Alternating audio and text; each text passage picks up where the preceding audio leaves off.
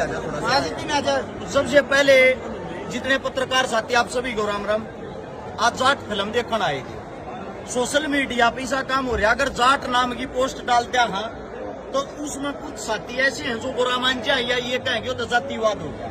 पहले तो हर एक बात न समझा करो भाई। समझने की बात ये है, जाट जो फिल्म है उस फिल्म ने पहले तो देखो, उसमें दिखाया किया गया है, शकाया किया गया है। बिल्कुल इस जाट फिल्म देखना रे, खाली जाट जाट नहीं आ रे, छत्तीस बिरादरी का तो भाईचारा आ रहा है। और सबसे मेन बात, जाट जो फिल्म है, अगर उस जाट नाम से को भाई द्वेष भाव रखा है, सबसे पहले तो आप लोगों को बता देता हूँ, ये सनी देओल है जिसने बहुत दिन पहले अर्जुन पंडित फिल्म भी बनाई थी, उसमें पंडित का रोल किया था। बिल्कुल बिल्कुल। उससे दूसरी बात ये है कैरेक्टर पात्र, इन्होंने दिखाया क्या है, जाट जाट रेजिमेंट का एक जवान दिखाया गया है।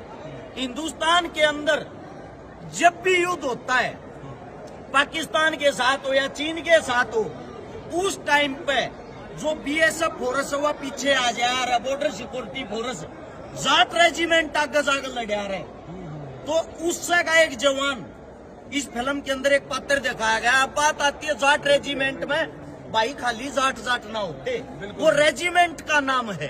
तो इस बात पे आपस में जातिवाद मत फैलाया करो, आपस में भाईचारे न मत बांटा करो। ये फिल्म तो सीखने के मिल रहा है वो सुनो।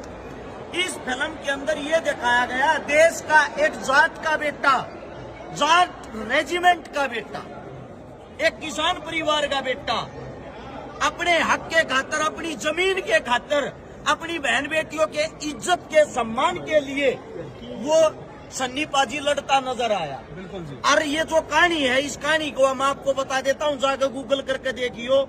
जो अपना रणदीप हुड्डा भाई राणा तुंगा का जो रोल कर रहा है, आप आंध्र प्रदेश के अंदर गूगल पे करके और या डिटेल काट के देखना, इस नाम का वाक्य में एक बदमाश था जिसके अंडर में 40 गांव आया करते, जिसने 40 गांव के अंदर कत्लेआम मचा रखा था और उस तवे सब आजाद होना चाहते, उनकी आवाज एक प्रधानमंत्री तक नहीं जाया करती।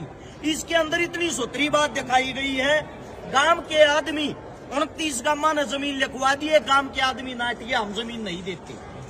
उस गांव के आदमी ने प्रधानमंत्री को पत्थर के साथ अपना अंगूठा काट के भेजा, हमारा खून ले लो।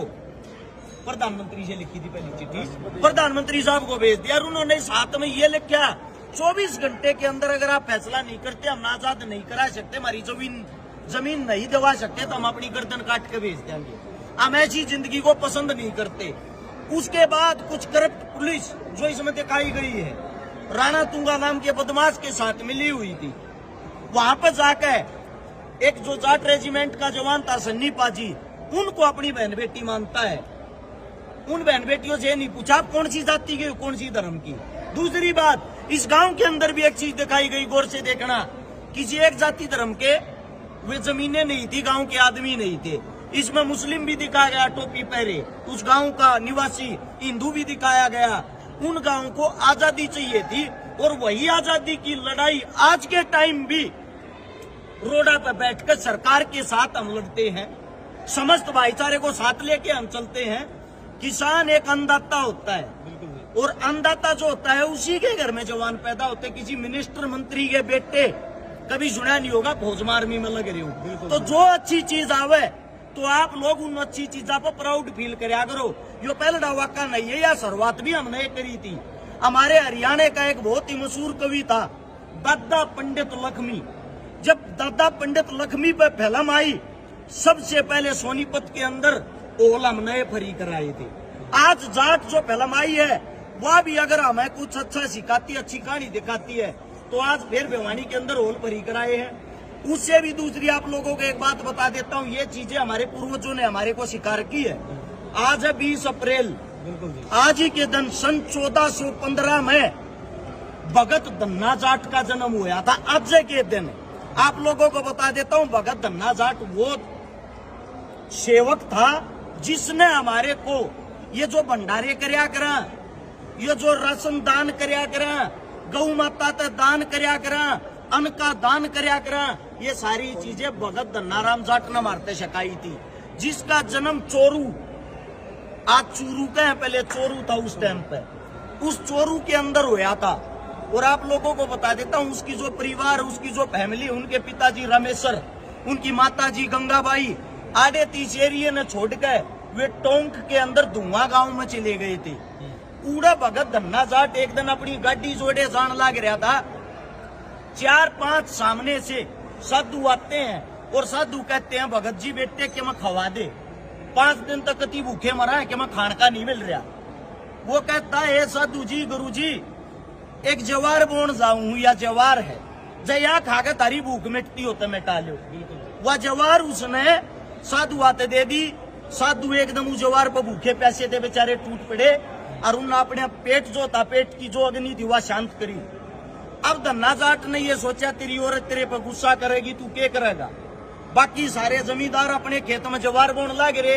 धन्ना जाट ने काकर कट्ठी करके काकर बोदी तो उसकी जो पत्नी है 2 महीने बाद देखने गई और उसने जाके देखा सबकी जवार जो है, सबका जवार लाग रही, हमारे खेत में गडूबे लाग रहे। गडूबे हो यार, मोटे मोटे जो उठा दे दिया कड़ुए, और तब उनके खेत में इतने सोतरे, इतने भारे गडूबे लाग रहे थे कि गडूबे में को 7-8 किलो वजन हो रहा, अच्छे भारे। एक गडूबा तोड़ लाई और घर धन्ना जाट बैठा, उसके दौरे को साधु बैठे। साधु आता बोलिया भाज जाओ ना, तुमने भी बूंदी कहेगी, मैं सुन लूंगा, मेरी देखी जाएगी। उसके आगे सर को गडूबा मारा, बोले ये बोए हैं तुम्हें। जब गडूबा फोड़ा तो उस गडूबे के अंदर वे जवार के बीज पाए और जो जवार के बीज भरे उड़ते, एकदम आंख खुल गई। दोनों लोग आई खेत में गए, खेत में जाकर सारे गडूबे फोड़े। सारे गडूबे के अंदर 5-5, 4-4 किलो जवार का बीज पाया। जितना गांव था, गांव की जितनी जिन भी जवार बो रखी थी, सारी जवार परमात्मा के कारण मर गई थी। पानी दिया नहीं गया था, राम बरसा नहीं था।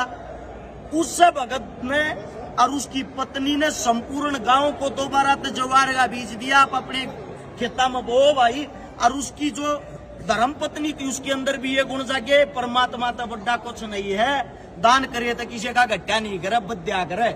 ऐसे ऐसे आदमी आते हैं, आज हम सीख लेकर और उन्हीं को देख उन्हीं को पढ़ के, तो उनकी कोई जाति धर्म नहीं थी। जाट धन्ना उसको इसलिए कहा जाता था कि जाट जाति में उसने जन्म ले रखा। हमें हर एक जितने भी हमारे पूर्वज हैं, जितने भी हमारे क्रांतिकारी हैं, हमारे को उनसे सीखना चाहिए। जो हमारी एकता हुआ बनाकर रखनी चाहिए।